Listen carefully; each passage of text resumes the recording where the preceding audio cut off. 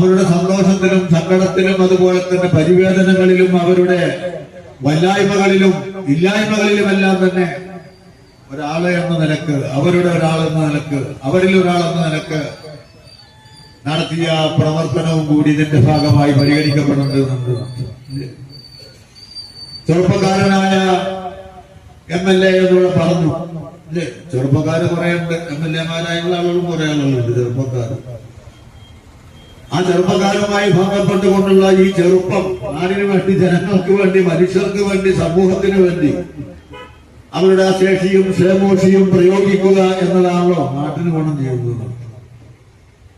അപ്പൊ ആ അടിസ്ഥാനത്തിൽ ചെറുപ്പക്കാരിൽ ഉണ്ടായേക്കാവുന്ന പോരായ്മകൾ അല്ലെങ്കിൽ ദൗർബല്യങ്ങൾ, സാധാരണ മനുഷ്യ സഹജമായി ഉണ്ടാകുന്ന പ്രശ്നങ്ങളുണ്ട്. അതിലേറ്റവും പരമപ്രധാനമായ ഒരു കാര്യം മനുഷ്യരോട് നന്നായി പെരുമാറുക എന്നുള്ളതാണ്.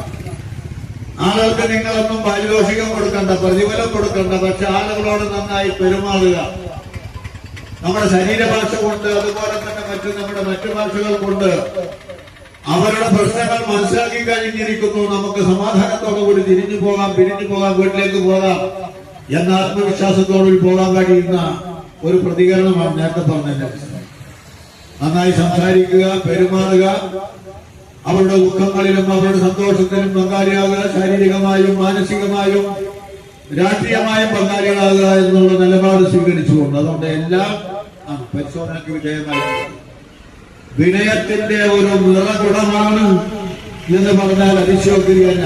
വിനയം എന്ന് പറഞ്ഞാൽ കാശ് കൊടുത്ത് വാങ്ങാൻ പറ്റുന്നതല്ല.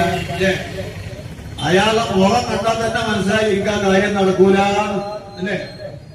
അങ്ങനെയാണ് മുഖഭാഷന്മാർ നോക്കിയിട്ട് കാര്യങ്ങൾ തീരുമാനിക്കുന്ന കാര്യമാണ്. നമ്മൾക്ക് ജ്യോതിഷം അറിയേണ്ട കാര്യമില്ല. ഒരു കാര്യം പറയാൻ വേണ്ടി ചെന്ന് സംസാരിച്ചപ്പോ ആ മുഖഭാവത്തിൽ നിന്ന് നമുക്ക് വായിച്ചെടുക്കാൻ വേണ്ടി കഴിയും.